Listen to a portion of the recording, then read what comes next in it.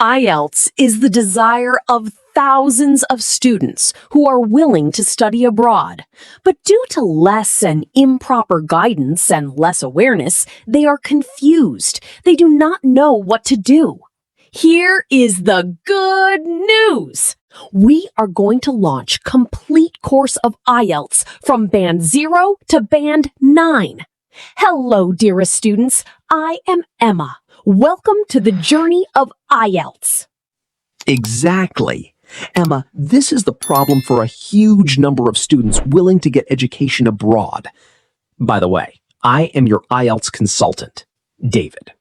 Today we will discuss about following 7 questions in this episode.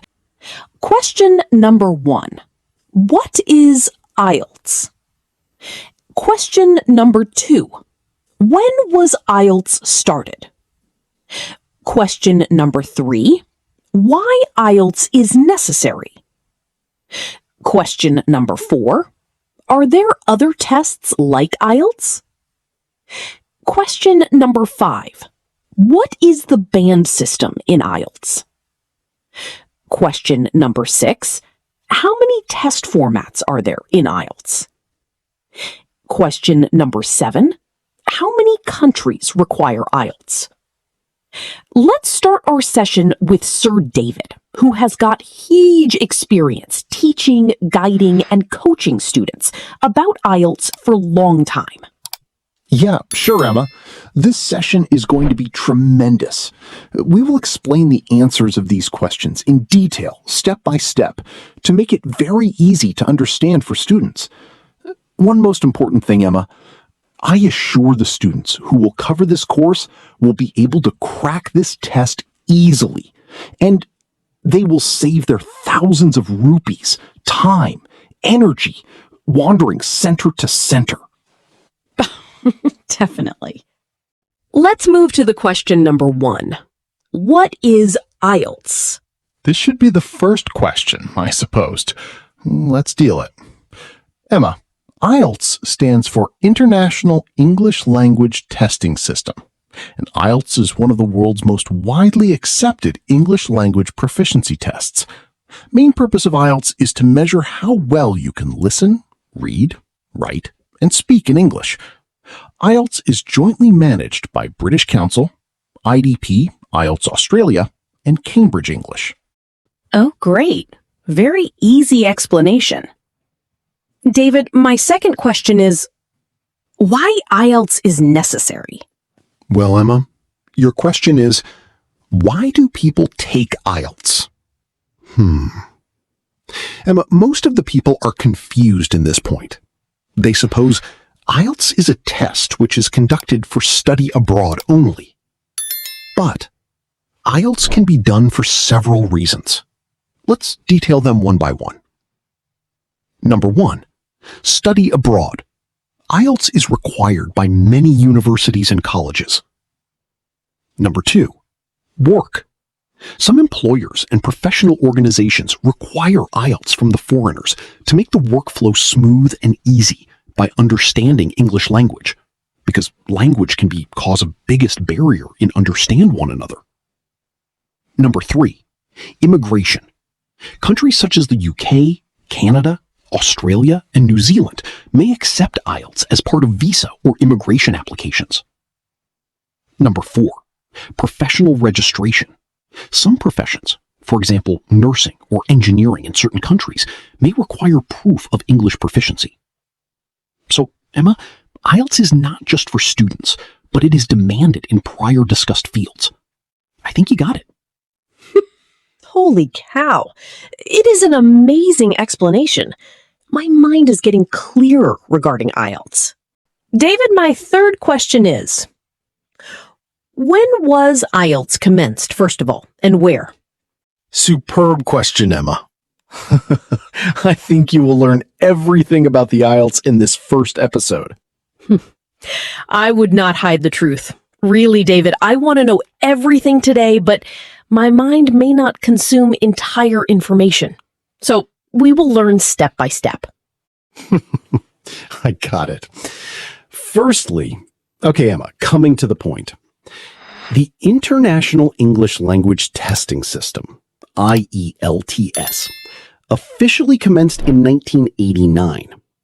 It evolved from its predecessor, the English Language Testing Service, ELTS, which was first launched in the United Kingdom in 1980 by the British Council and the University of Cambridge. Its original test was created in the UK to assess the English proficiency of non-native speakers. International students could also apply for ELTS, but it was tough for them to reach the UK. Then, in 1989, IELTS was launched. For this, an international partnership was formed by the British Council, International Development Programme, IDP Education Organization, and Cambridge English. Their collaboration enhanced the limits of testing system across the world. Globally, IELTS expanded over 4,000 testing locations in 140 countries. It gave very easy access to students globally.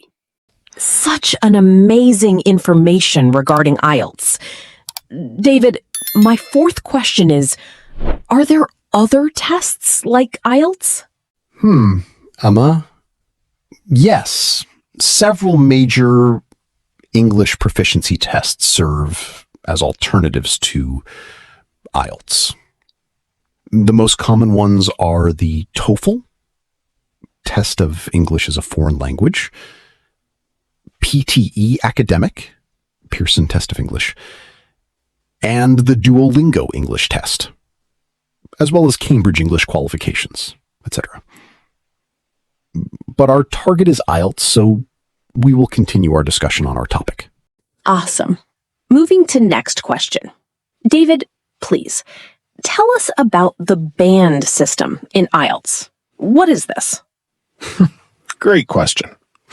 The IELTS band system is a scoring scale from band 0 to 9, used by the official IELTS websites to measure English language proficiency. Instead of percentages or complex points, every test taker receives individual scores for listening, reading, writing, and speaking, plus an overall average band score. Brilliant. Yeah, Emma. Bands are measured from 0 to 9, like this. Candidates. Band 0 means did not attempt the test. Band 1 means non-user. Band 2 means intermittent user. Band 3 means extremely limited user. Band 4 means limited user. Band 5 means modest user. Band 6 means competent user. Band 7 means good user. Band 8 means very good user. Band 9 means expert user. This is the band system, Emma.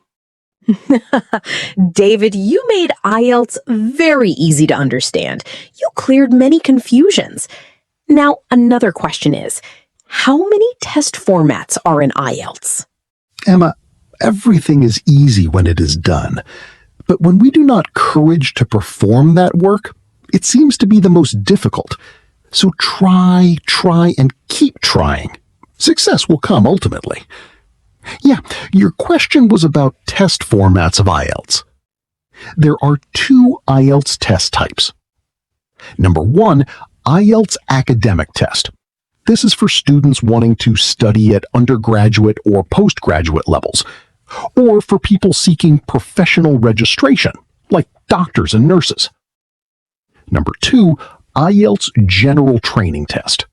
This is for people who want to migrate to an English-speaking country, like Australia, Canada, New Zealand, or the UK, or train study below degree level. I will share further detail in second episode. It gave me much clarity, sir. We are very near to end the session. The ending question is, how many countries require IELTS for study or immigration? Emma, your last question is extremely awesome because many of the people think just fewer of the English countries demand for IELTS, like Australia, Canada, New Zealand, or the UK. But contrary to this, the International English Language Testing System, IELTS is accepted by over 12,500 organizations across the globe in more than 140 countries worldwide. Rather than a single global mandate, specific requirements depend on individual universities, employers, and immigration authorities. Mind-blowing session today. Extremely clear and easy guidance. Thanks, Sir David. Thanks, Emma. Our next episode will be on the complete roadmap of IELTS. And if you liked this session, please follow, share, and comment for more videos on IELTS. See you soon!